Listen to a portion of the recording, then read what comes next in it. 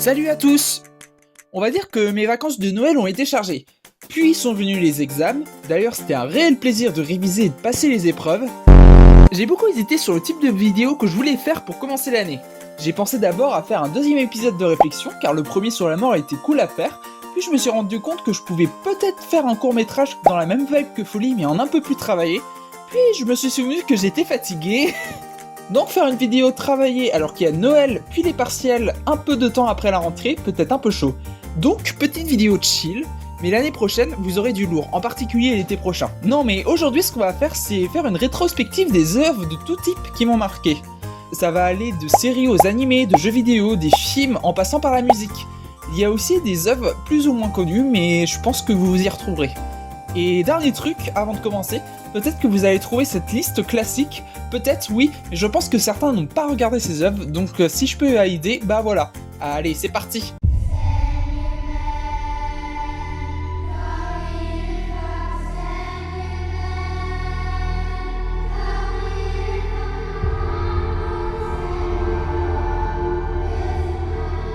Octobre. Si vous avez aimé Seven, je pense que vous allez adorer cette série. Octobre suit deux enquêteurs au Danemark. La fille d'une politicienne a disparu et du coup bah c'est la merde. Mais entre temps il y a des meurtres qui s'enchaînent et à chaque fois on y trouve des bonhommes en marron. Et très vite on va se rendre compte que les deux affaires sont liées. Je ne vous en dis pas plus mais regardez la série. Déjà c'est très sombre comme série, on y retrouve une vibe semblable à Seven, bien que ce soit pas totalement pareil. La série est courte et elle fait 6 épisodes de 40 minutes environ et donc ça se regarde très vite. Mais franchement je me souviens j'avais regardé tout d'un coup car l'intrigue est vraiment prenante. Les personnages sont vraiment attachants, en particulier celui de Mark S. Lui c'est un GOAT, ok? Mais de plus la série explore la relation entre Mark et Naya et c'est vraiment touchant. Bref, regardez Octobre, c'est sur Netflix. Tous ces phénomènes se propagent depuis cet endroit en particulier. Qu'est-ce qu'il veut? Pas moi, mais tous les autres. Je pense que vous connaissez la série. Stranger Things commence avec la disparition de Will Byers. Les personnages vont se rencontrer pour enquêter sur des phénomènes totalement différents qui sont liés les uns les autres. Stranger Things est une série où on ne se prend pas la tête. Tu sais que quand une saison va sortir, tu vas passer un bon moment. Perso, j'aime bien l'idée des enquêtes qui se rejoignent à la fin.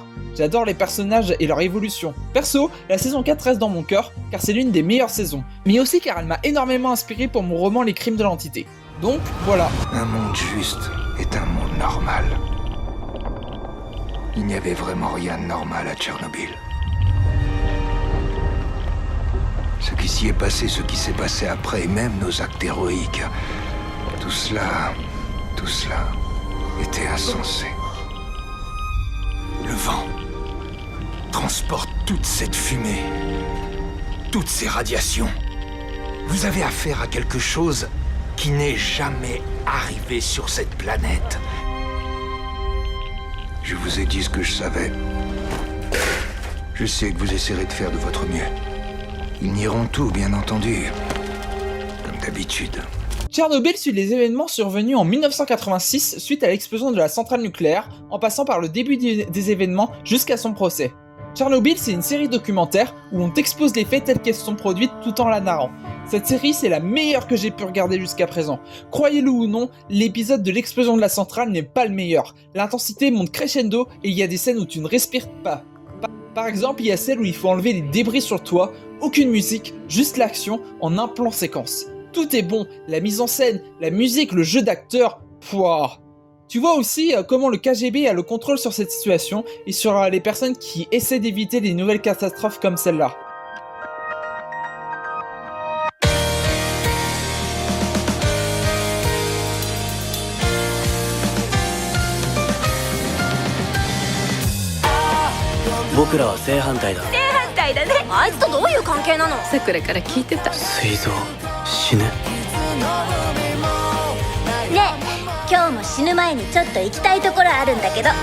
Ce film d'animation, ce n'est pas un film, c'est la dépression à l'état pur. Ce film est si triste, et il est triste à la perfection. Même quand il y a des moments joyeux, des moments conviviaux, des moments d'amour et de douceur, tu es triste car tu connais déjà la fin. Je ne veux même pas vous faire un pitch du film ou même quoi que ce soit pour que vous viviez l'expérience à fond. Il faut regarder cette œuvre sans rien connaître et juste pleurer comme il se doit. Et je vous vois venir, mais le film, il est à connotation cannibale et gna gna gna. Ferme-la. Ce titre est lourd de sens. I Want to Eat Your Pancreas n'est pas qu'une simple œuvre. C'est une œuvre qui parle de savourer chaque comme il se doit, de profiter des personnes qui nous entourent, de profiter de sa famille et de continuer à se battre même quand on est au fond du trou et que c'est dur. I Want to Eat Your Pancreas, c'est plus qu'un film qui va vous faire pleurer, c'est un film qui vous donne une leçon lourde de sens. Je m'appelle Sarah Grant. Je suis en possession de documents qui prouvent qu'ils se sont rendus coupables de dissimulation illégale. Il existe de nombreuses organisations de soutien aux lanceurs d'alerte. Non, je veux leur rendre tous les documents. Il y a de nombreux canaux officiels, mais il existe aussi d'autres canaux. Qui est-ce? Alors je sais que ce film a fait débat, il n'a pas été aimé par tout le monde, mais moi je vous le recommande fortement. On a l'habitude de 3 thrillers. Le thriller psychologique, on va plutôt présenter une psychologie bien sombre et dérangeante d'un des personnages. Le thriller plus classique, où on suit souvent 2 policiers qui enquêtent sur un tueur en série bien complexe, avec des scènes de crime bien gore, et le thriller d'espionnage où on part en mission, etc. Relay est un film où vous suivez un intermédiaire qui aide des lanceurs d'alerte à régler leurs soucis, en faisant le porte-parole entre les entreprises et le lanceur d'alerte. Sauf que le jour où cet intermédiaire aide une cliente, tout ne va pas se passer comme prévu. Ce film est ingénieux dans l'ambiance, la tension, la mise en scène. Vous allez peut-être trouver qu'il n'y a pas d'action, mais juste avec l'ambiance et la tension, tu es plongé dedans et tu savoures chaque minute. Le plot twist est bien, mais un peu surprenant, et la scène finale est incroyable. C'est sorti récemment au cinéma, donc attendez un peu pour les voir en Blu-ray ou sur les plateformes. Si vous deviez revivre une époque, vous choisiriez laquelle? La préhistoire. J'ai couché encore avec ma femme. Cher Monsieur Drummond, votre fils et moi serions très honorés de vous offrir la soirée de votre choix dans le cadre des Voyageurs du Temps. Quand vous dites que vous organisez des soirées sur mesure, hein, c'est pas seulement de la pub. Concernant l'époque, vous avez une idée? Le 16 mai 74. Ce jour-là, j'ai rencontré une personne que j'aimais beaucoup. La Belle Époque, de Nicolas Bedos. Ce film est un de mes préférés, mais je le recommande que rarement, sinon on risque de devenir un vieux. Ce film suit un personnage assez âgé qui vient de se faire quitter fraîchement par sa femme, avec qui il était depuis jeune. Il est bien sûr fortement bouleversé, mais un jour, une société qui organise des événements qui permet de voyager dans le temps avec des décors et des acteurs contacte cet homme. On lui demande alors quelle époque il veut vivre, et il répond: je veux revivre ma rencontre avec ma femme. Ce film est ingénieux par sa légèreté. C'est lourd ce que le film raconte, mais il est traité avec légèreté. Moi, la dernière scène du film où il revoit sa femme, les larmes, vraiment. Vu que vous ne connaissez pas l'intrigue, je vous dis la dernière réplique qui est lourde de sens. L'addition, s'il vous plaît.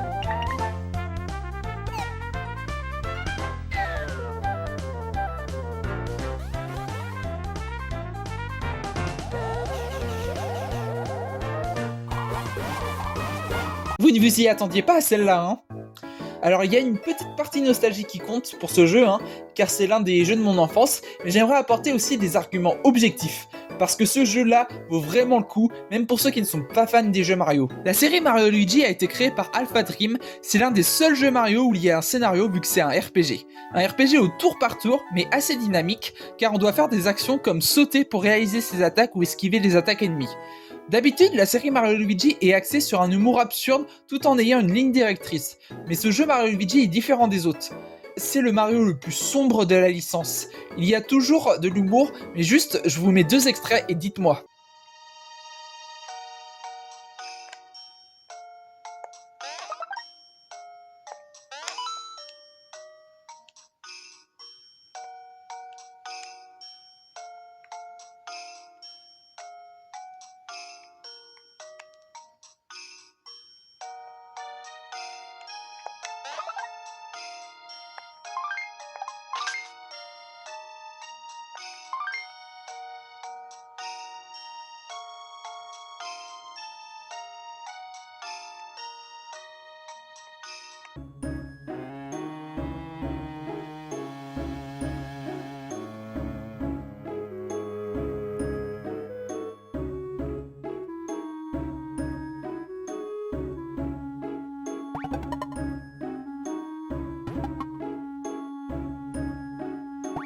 Il y a vraiment parfois des choses qui sortent du cadre d'un Mario classique. Non mais sérieux, il y a des toads qui sont capturés, on les attache à des arbres et on leur puise toute leur énergie vitale. Jamais on avait vu ça dans un jeu Mario. Puis juste le boss final, sa musique, sa difficulté, juste incroyable. Vraiment jouez à ce Mario, il était sur DS, donc si vous avez une DS ou une 3DS, faites-le. Sinon, vous avez l'émulateur sur PC. There are many other worlds out there besides your own. They've remained secret from one another because they've never been connected.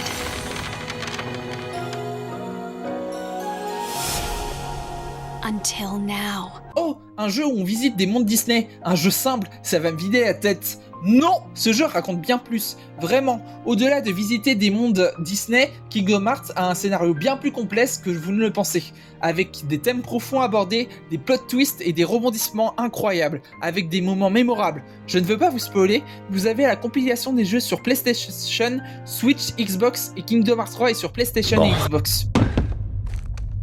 La fille, elle est vivante. Quelle fille? Je sais pas de quoi tu parles. Elle est vivante. Où ça? Dans la ville. Dans la ville.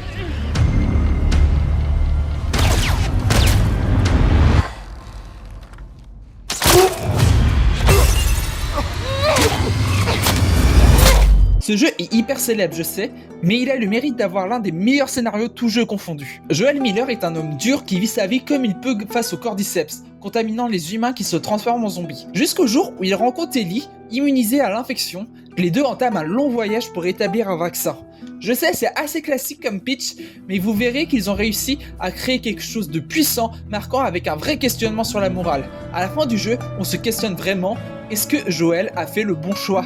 Les personnages sont magistralement bien développés, la narration t'emporte jusqu'au bout, le gameplay est classique mais efficace, je ne vous recommande bien ces jeux car il y a 2 volets qui vous emporteront pendant des heures.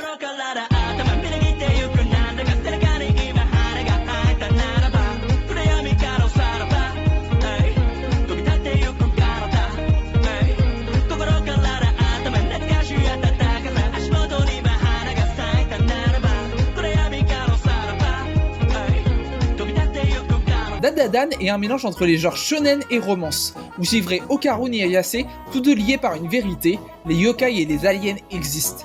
Tous deux combattront alors ces menaces pour récupérer 2 précieux trésors volés à Okarun, tout en développant leur relation. Oui, je sais, j'ai vraiment simplifié, mais c'est pour ne pas faire peur. Car oui, Dadadan a un humour vraiment spécial et absurde, mais on est pris dans les relations. Les combats sont incroyables, les arcs sont marquants, et croyez-moi, mettez-vous-y car la saison 3 va vraiment casser internet.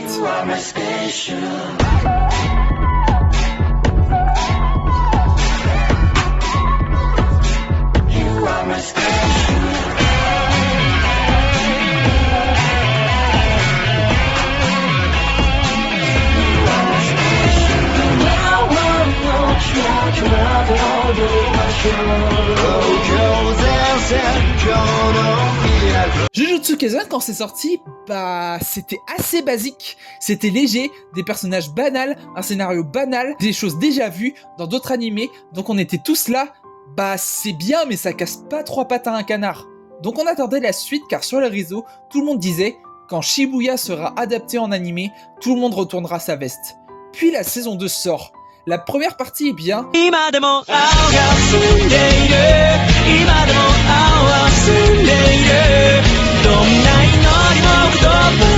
Puis vient la partie tant attendue et oh là là là là là là. Qu'est-ce que c'était bien? Et bien est un petit mot.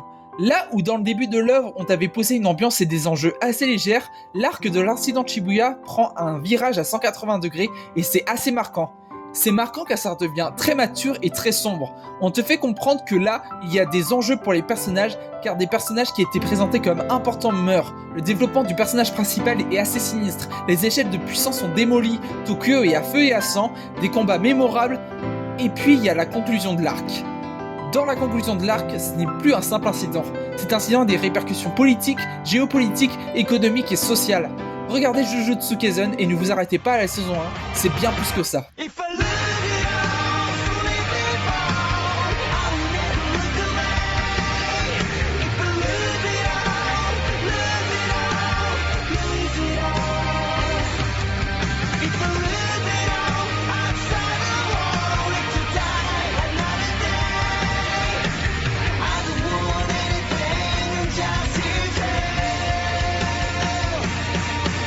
Là, je vais vous présenter mon œuvre préférée de tout l'univers. Vraiment, cette œuvre m'a fait passer par toutes mes émotions.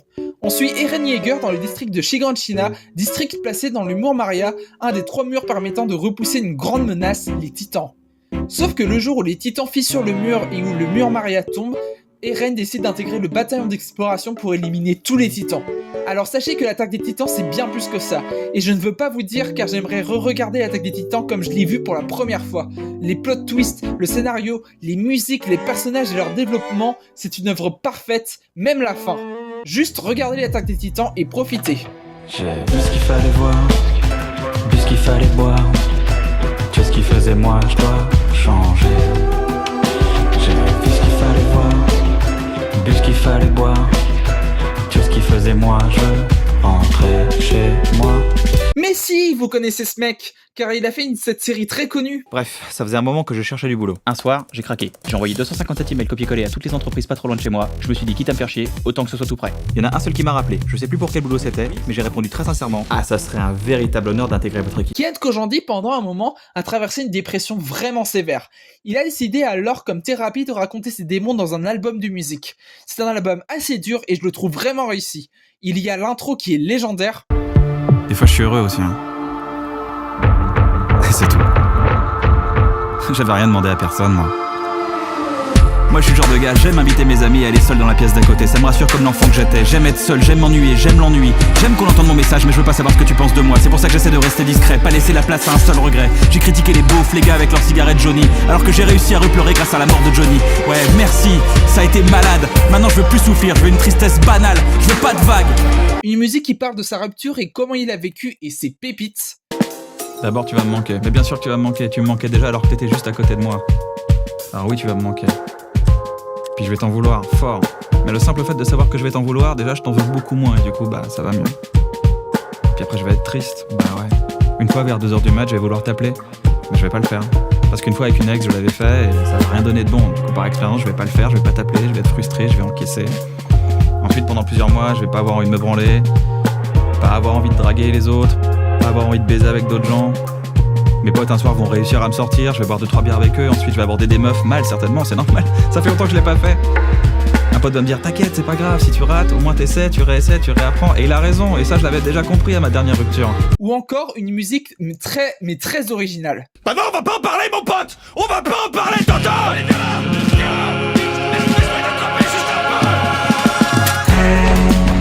Je vous supporte pas, je vous supporte pas, je vous supporte pas. Hey, je vous supporte pas, je vous supporte pas, je vous supporte pas. Vous voyez bien que c'est du slam avec un style musical propre à lui et moi je trouve ça vraiment, mais vraiment bien.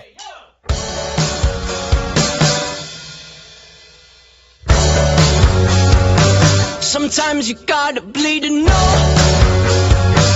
that you're alive and have a soul. But it takes someone to come around to show you how.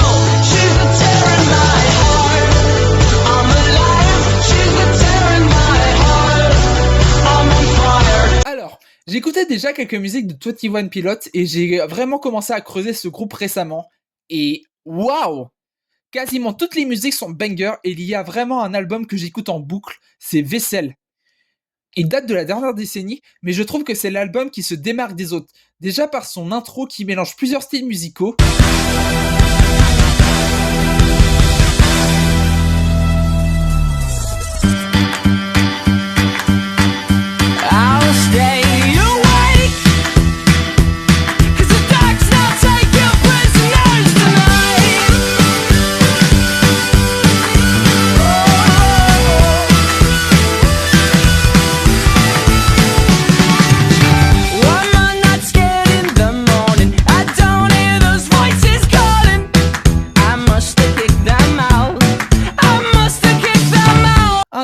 Un de mes morceaux préférés qui parle de dépression d'une manière assez osée. I am not as fine as I seem. Pardon me for yelling, I'm telling you green gardens are not what's growing in my psyche. It's a different me, a difficult to beast, a feasting umber down trees. Freeze frame, please let me paint a mental picture portrait. Something you won't forget, it's all about my forehead and how it is a torque that holds back contents that make Pandora's box contents look non-violent behind my eyelids.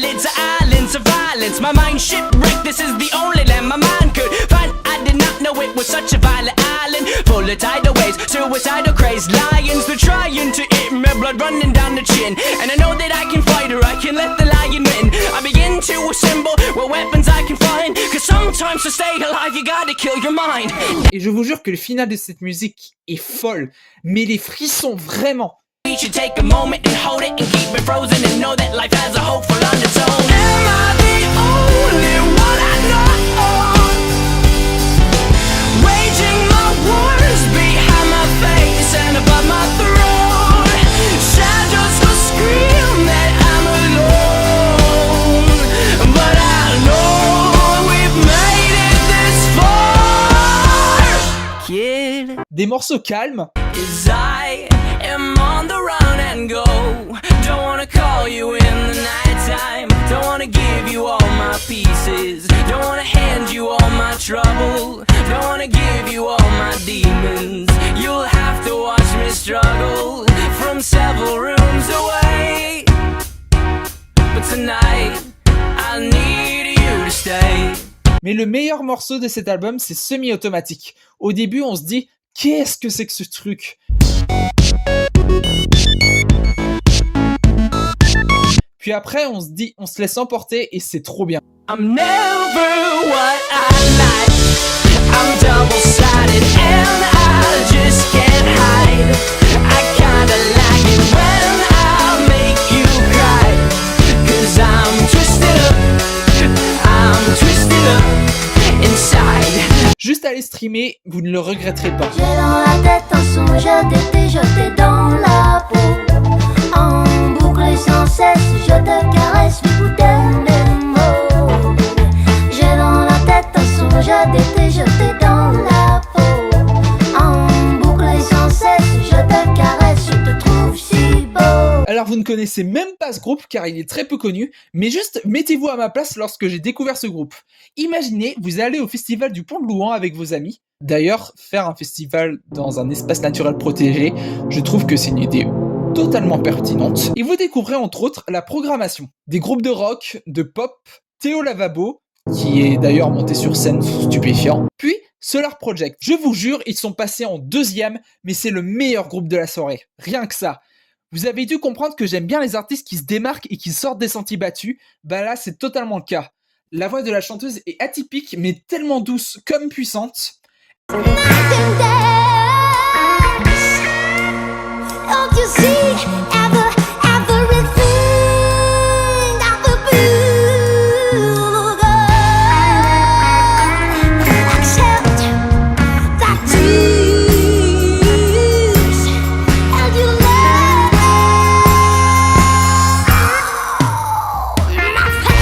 Et un style musical tellement original.